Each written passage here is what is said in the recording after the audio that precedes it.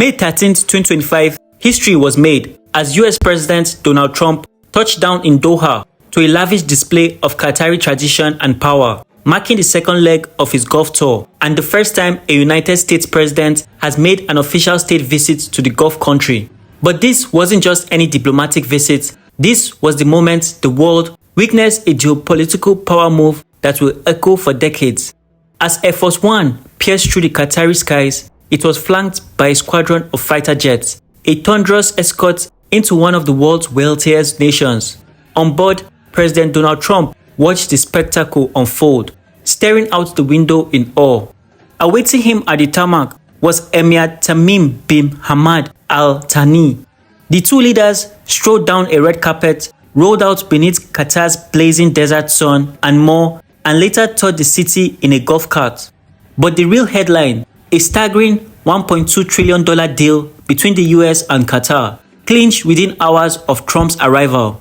Boeing's biggest deal ever, $200 billion for 160 jets, including Dreamliners and the next-gen 777X.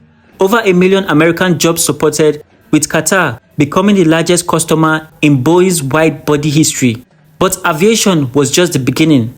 Qatar is pouring billions into American defense tech, from Raytheon's FS Leeds anti-drone system to a $2 billion drone package from General Atomics.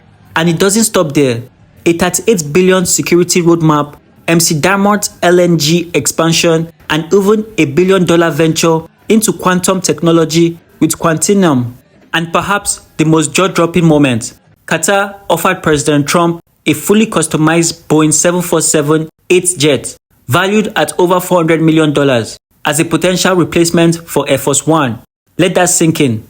When African billionaire Aliko Dangote, Africa's richest man, stepped forward to shake Trump's hand, it sent shockwaves across both continents. A symbolic gesture captured on video, now viral.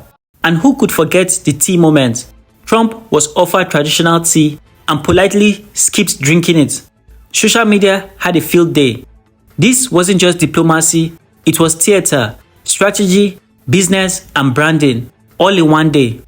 What do you think about Trump's $1.2 trillion Middle East masterstroke and Dangote's symbolic handshake? Drop your thoughts in the comments, hit that like button, and don't forget to subscribe for more historic moments reshaped into stories that matter. Stay tuned and enjoy this moment with a lot of dignitaries. That said, thanks for watching, guys.